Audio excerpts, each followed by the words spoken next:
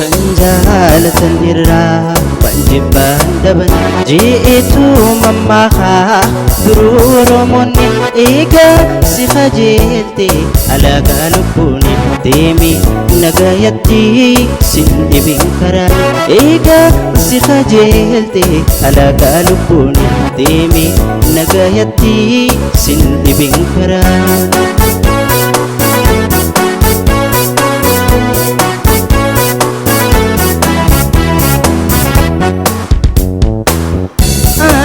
Gowwomsitee kan biraa ilaalta mala biraa dhabdee silaamaadhuma feeta onneen tiyya wilii singahu ture naasu deemi nagayatti jabaa si babaasu ana gowwomsitee kan biraa ilaalta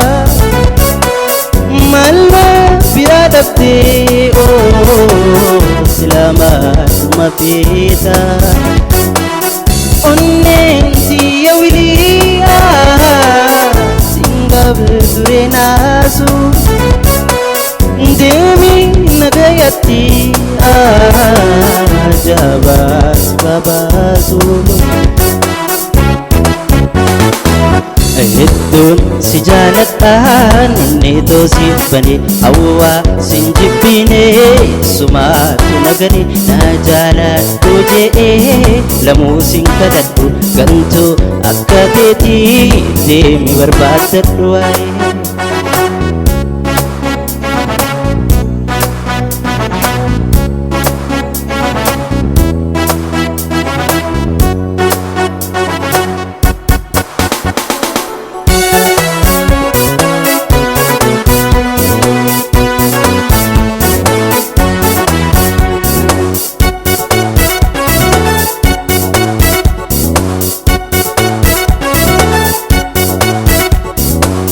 Kan jaalatan irraa wanjibbaan daban ji'itu mammakaa duruu Oromoonni eegaa si qajeelte alagaa lubbuuni deemi nagayatti sin dhibin karaa eegaa si qajeelte alagaa lubbuuni deemi nagayatti sin dhibin karaa.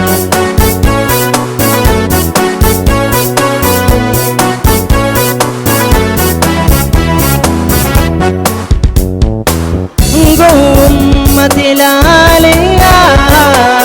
hedduu sitti kolfaa bareeddu nettuma yoomtaate si qofaa waan dalagaa jirtu hubadhuti ilaali haadha takka jalaa dhaalaan barsagalii gowwomati ilaaliyaa hedduu sitti kolfaa bareeddu nettuma yoomtaate si qofaa waan dalagaa jirtu hubadhuti ilaali haadha takka jalaa sabboonni sagalee dalagaatti ilaalee osoo duuti jedhu si jibbeetu jira hubantuu sin fedhu amboruun jaaladha yoomin kophaa bula deemi nagayatti kan si baane bula gowwombaatti ilaalee osoo duuti jedhu si jibbeetu jira hubantuu sin fedhu amboruun jaaladha yoomin kophaa bula deemi nagayatti kan si baane bula.